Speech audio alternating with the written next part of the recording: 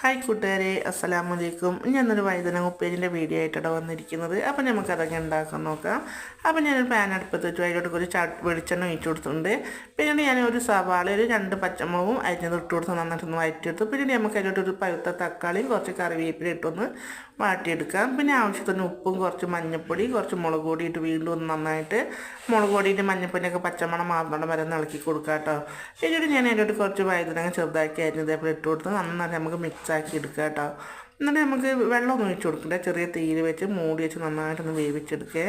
അപ്പോൾ എൻ്റെ മക്കൾക്ക് സാധാരണ നമ്മൾ ഉള്ളിയും പച്ചമുളക് അരിഞ്ഞിട്ടുണ്ടാക്കി കൊടുത്ത് കഴിക്കുക. അതേപോലെ തക്കാളി ഉള്ളിയൊക്കെ വാട്ടിയിട്ടുണ്ടാക്കി കൊടുക്കണമെങ്കിൽ കഴിക്കുകയുള്ളൂ കേട്ടോ. അപ്പോൾ നല്ല ടേസ്റ്റാണ് ഇങ്ങനെ ഉണ്ടാക്കിയാൽ, ചോറിനും ചപ്പാത്തിൻ്റെ കൂടെയൊക്കെ നല്ല ടേസ്റ്റാണ് കഴിക്കാൻ. അപ്പം ഇന്നത്തെ എൻ്റെ വീഡിയോ എത്രയ്ക്കുള്ളൂ. വീഡിയോ ഇഷ്ടപ്പെടാൻ സബ്സ്ക്രൈബും ലൈക്കും ചെയ്യണേ. ലൈക്ക് ചെയ്യണ കാണുന്ന കൂട്ടുകാരനൊന്ന് ലൈക്ക് ചെയ്ത് സപ്പോർട്ട് ചെയ്യണേ.